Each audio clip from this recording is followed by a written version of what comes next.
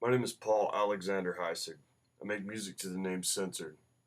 I use this name because I have the sense and the knowledge to put my thoughts out there for others to hear, analyze, and interpret how they wish.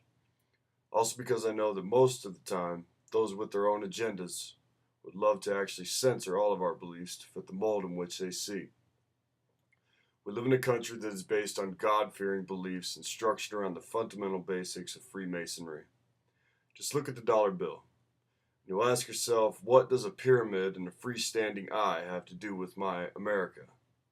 Nothing to do with our land or the way we personally live, but rather the semi-permanent stamp showing that our ways were built on a bunch of intellectuals, presidents, inventors, and masons with beliefs from the late 1700s. Morally, these beliefs will promise that if followed, democracy will be carried out for long periods of time. Look at how we live today versus the late 1700s. How much has changed?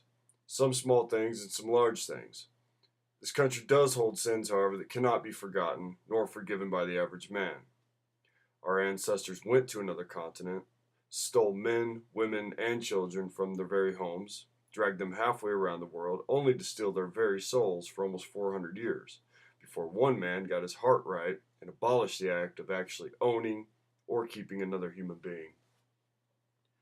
Did that stop the hate there? Well, we all know that it did not.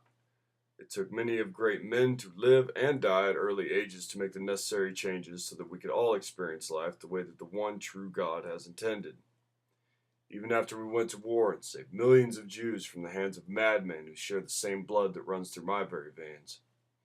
Were we looking for forgiveness by helping millions of Jews because 100 or 2 years ago we ourselves were engaged in the slow eradication of a different race other than ours of white, blonde hair, and blue eyes?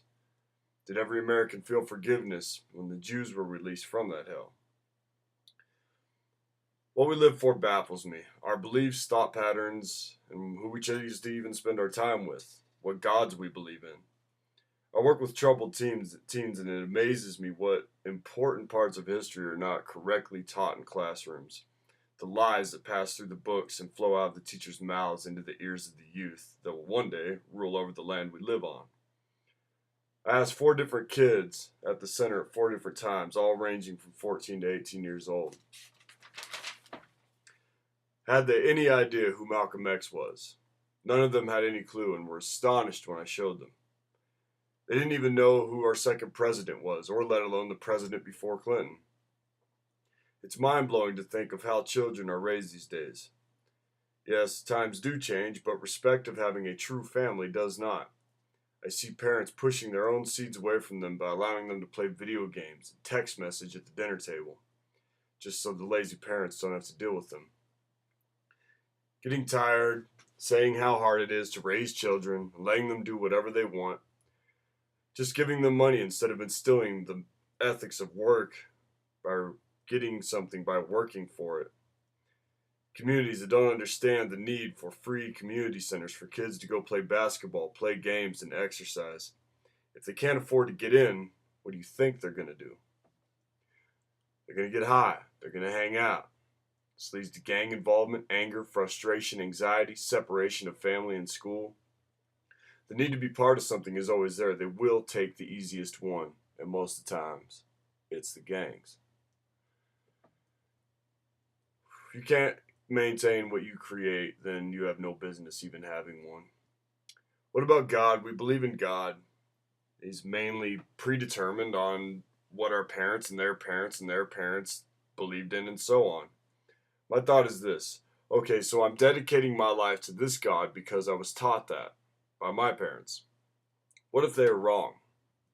I wasted my whole life for nothing. Yeah, there were good deeds done, and I lived my life by a certain way or involvement in some church or organization that made me part of something, which is just like being part of a gang that doesn't do any criminal activity, except for having a preacher that takes his cut out of the basket and drives whatever vehicle he deems necessary.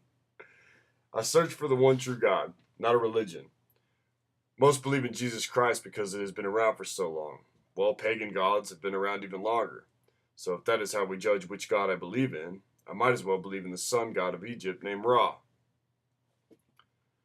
How Muslim extremists disfigure the Quran into what they think should it mean without understanding that Muhammad was the only warrior of Islam, and then he had no other military figures.